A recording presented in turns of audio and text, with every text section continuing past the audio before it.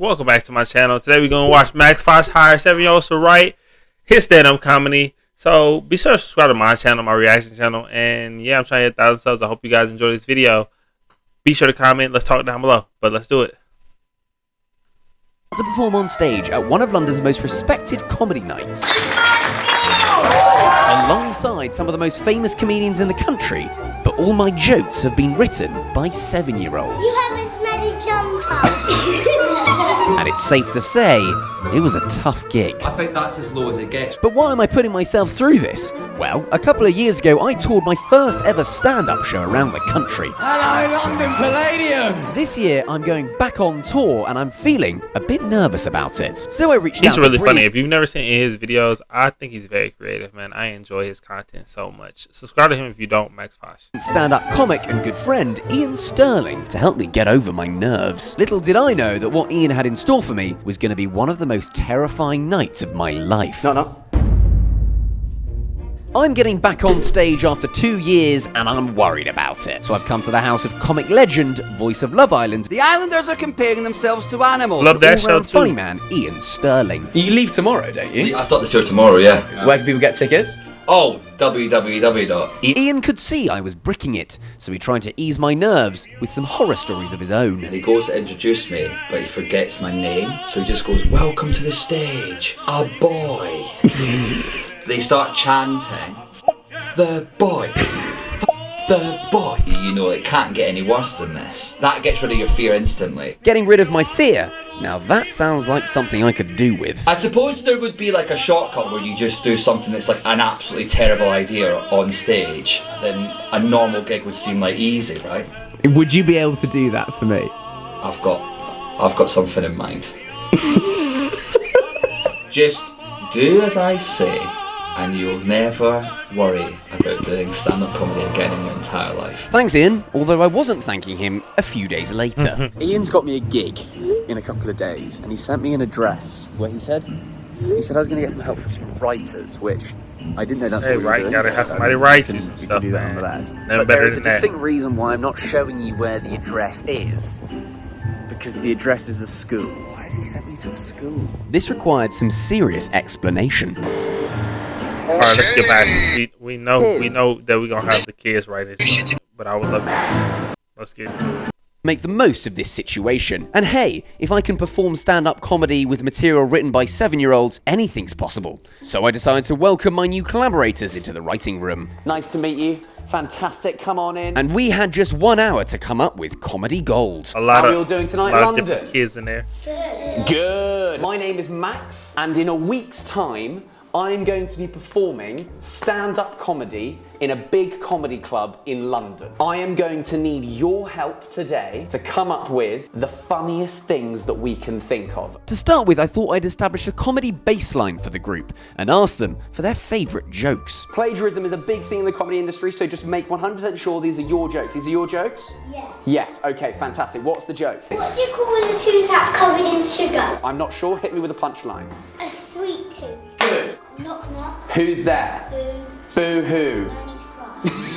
For me, it was the delivery then. My parents laugh about when I tell them a Hindu joke. A Hindu joke, okay. I'm not sure I could be making those kinds of jokes. I could see some potential with this gang, so I thought we'd start with the opening joke of the set. In a comedy set, it was all about making a good first impression. So, what are the first things that you think when you see me? You have a smelly jumper. I've got a smelly jumper. You got the same jumper. Classy guys. Do you dress yourself?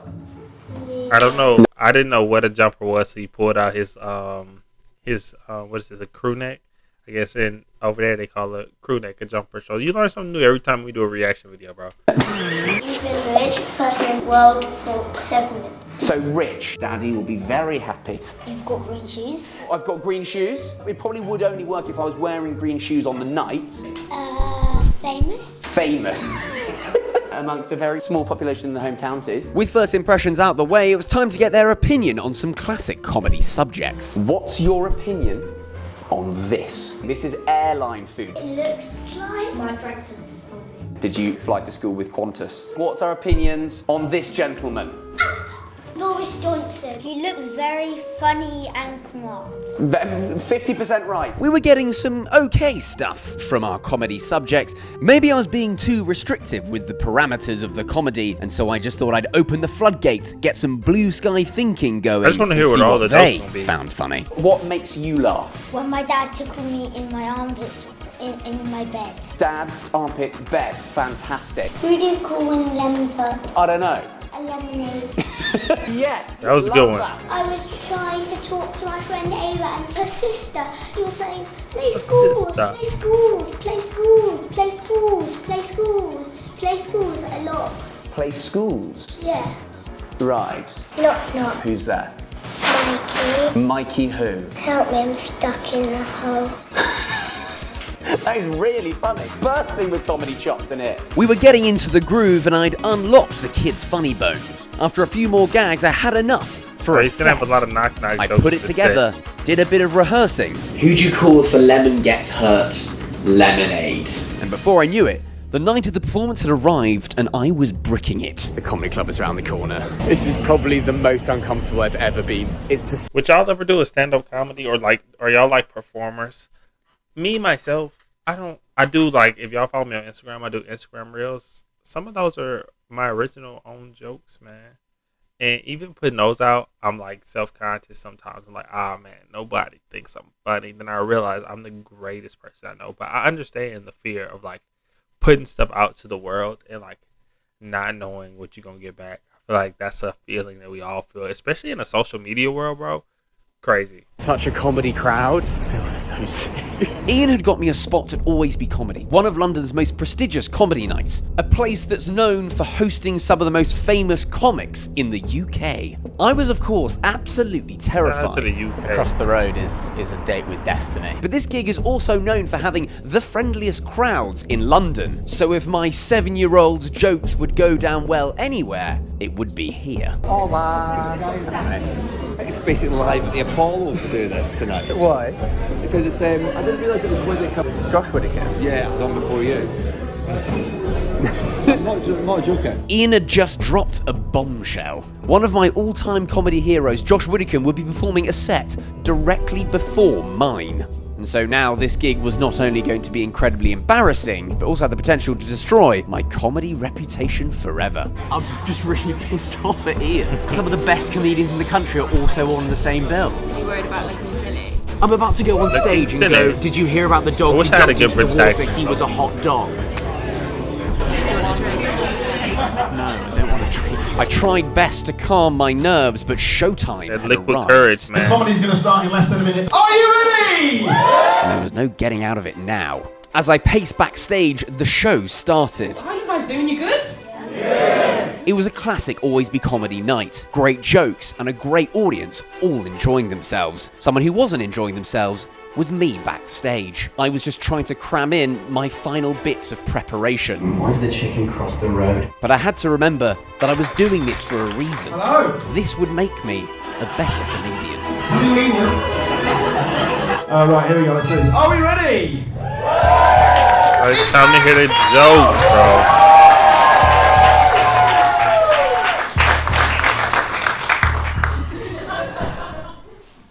You have a smelly jumper. I got smelly jumper. Know what you're thinking? Smelly jumper. Hello, my name's Max Foss, for those who don't know me. You've been the richest person in the world. I'm rich, Famous. I'm famous, You've got blue shoes. and I've got green shoes.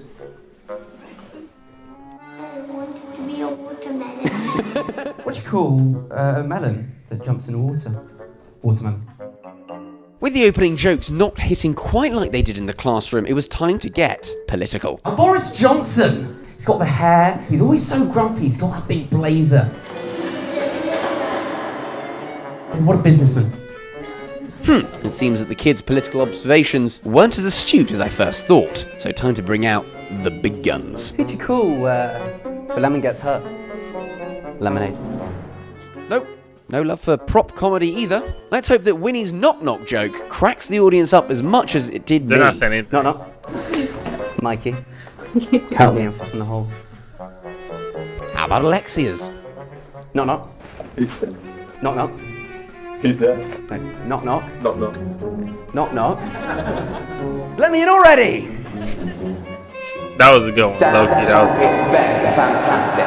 Okay, so this next bit, sir, you've got to imagine that you're at home, in bed, tucked up, and I'm your dad. Now, at this moment, as I reached forward to tickle an audience member in front of my comedy heroes because a 7-year-old told me it was funny, it's extremely difficult to express just how embarrassing this experience was for me. You guys have been amazing. I hadn't, but I think I'd inflicted enough pain on these lovely, lovely people for one evening, so I thought I'd wrap it up. One last story. So I was in the playground with my friend Ava. Kept on saying, play schools, play schools, play schools, play schools, play schools. Get the hands up, play schools, play schools, play schools, play schools. Thank you very much, Max Morris. Thank you very much. Appreciate it. If we didn't know why he was doing this, it wouldn't have made no sense. But some of those knock jokes from the kids were kind of funny. But let me know what y'all thought down below, man. I'm just knocking out reaction videos, trying to hit 1,000 subs. I hope you guys enjoyed me enough to subscribe to my channel or enjoy my commentary. I would love to hear or talk to y'all down below, man. Be sure to like this video. And yeah, until next time, I have been Aubrey Love, and I always will be. But yeah, see y'all later.